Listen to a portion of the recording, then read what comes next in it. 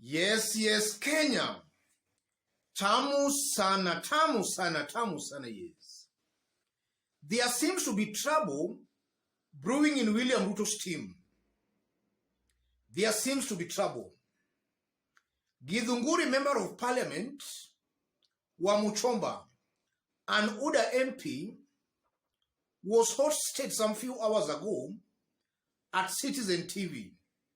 And she made some remarks that clearly indicates there is trouble brewing in government. Trouble brewing in William Ruto's team. Listen into Wamuchomba very keenly, for her remarks are going to form the basis of our analysis and discussion right now. I think in future there is no need of us going through this whole vetting process. Reason being, the obvious things that we thought probably would come out, and we watch televisions, these things coming out and unfolding, are not as weighty as we thought. I'm speaking as one of those that did not participate in the vetting process, but watched television and followed the discussions.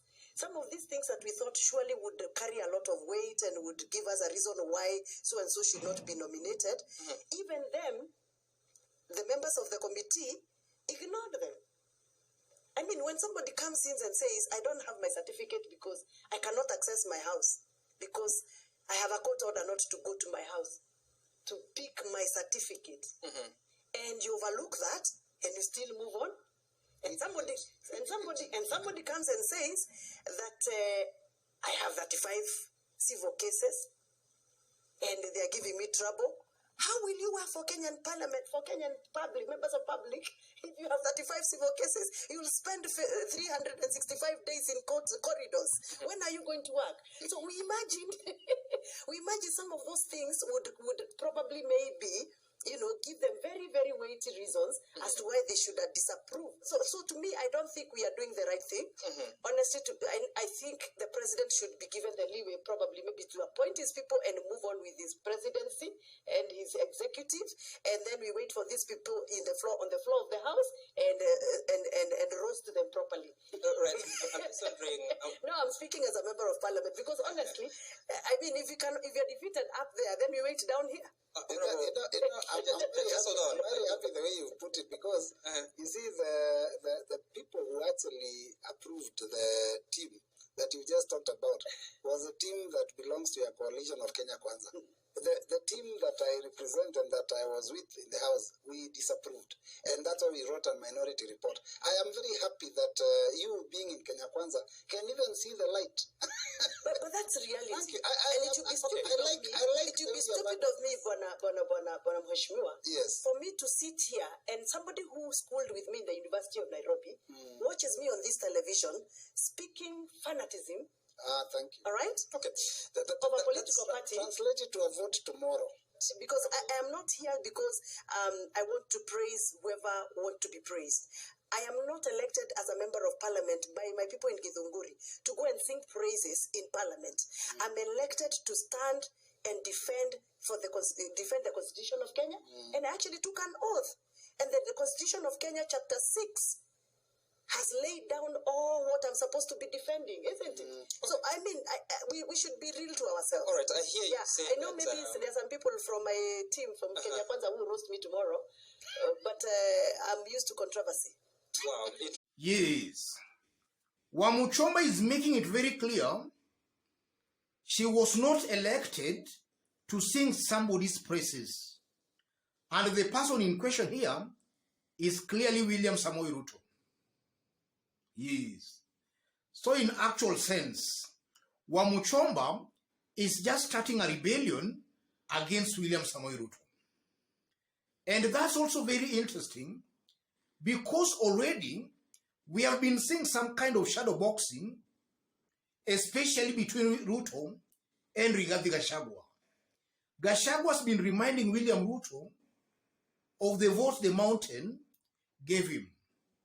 And in my honest opinion, that's also just a way Rigathi has been telling William Ruto to tread very carefully with the mountain people, with the mountain residents, for they gave him a lot of votes.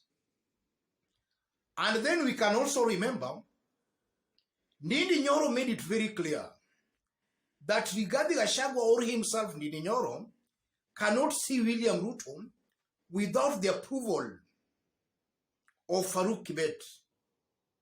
Those remarks by Ndindi Nyoro were well intended. They were well planned to send a point to William Ruto. After that, we also saw some members of parliament coming in the defense of Rigathi Gachagua against some attacks, or rather, as some government institutions were contradicting Rigathi Gachagua, leaders supporting William Ruto seemed to be very quiet. And that was being interpreted to mean William Ruto and leaders supporting him were the people behind those government institutions contradicting Rigathi Gachagua. So some members of parliament from the mountain Mosonyeri came and defended Rigathi Gachagua against some unnamed people in government. And now we are seeing Wamuchomba also just starting a rebellion against William Ruto. And such remarks should not be taken lightly, ladies and gentlemen. Those remarks by Wamuchomba shows clearly that already there is some simmering bad blood between William Ruto and Wamuchomba, or not only Wamuchomba, but with also some other mountain leaders. That's something I'm seeing here. And then she's also making it very clear that this whole thing of vetting should be done away with. In fact, it's like it's a wastage of time. Because if William Ruto could nominate somebody like Moses Kuria, a non-hate monger, a non-inciter, somebody like Mithika Linturi, somebody who had an active rape case in court, and Wamuchomba is just trying to refer to that case because Linturi made it very clear that he has about 35 cases in court. William Ruto nominated that kind of a candidate. Look at Aisha Jumwa.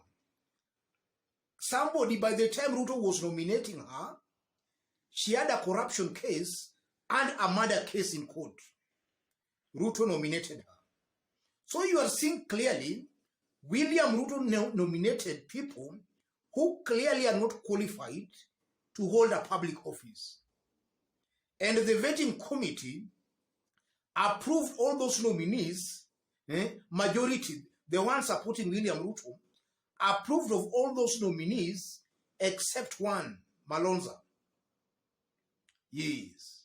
And I'm very sure that even if a vote will be taken tomorrow in Parliament, something tells me that the names might be approved, courtesy to these members of Parliament supporting William Ruto, courtesy to these Kenya Kwanza members of Parliament, and some Azimio leaders who have also put their stomachs ahead of themselves.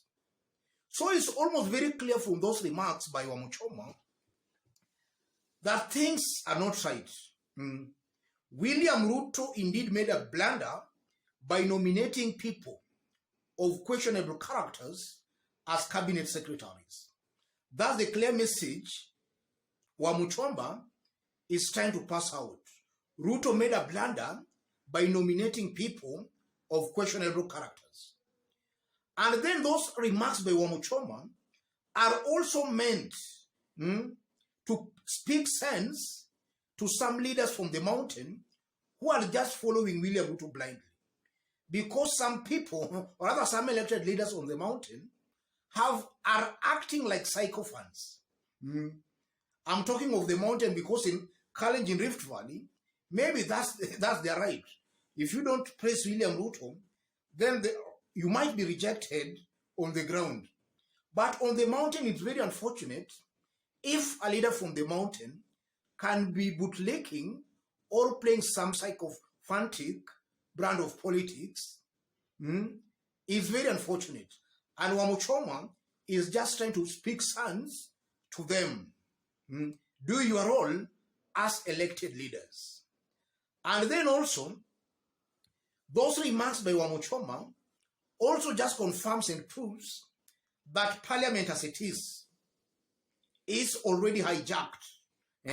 It's in the pocket of the executive. That's what I'm seeing Wamuchomba also just trying to say here. And that's why she's saying there is no need of vetting, because she knows that nothing good can come out of that vetting. So it's clear Parliament is already hijacked. Kenyans should not expect anything good from some of these elected leaders. So it's upon Kenyans to look at these leaders properly. And Kenyans should not forget. Let them look at these leaders properly. Come the next election, they should now do the needful.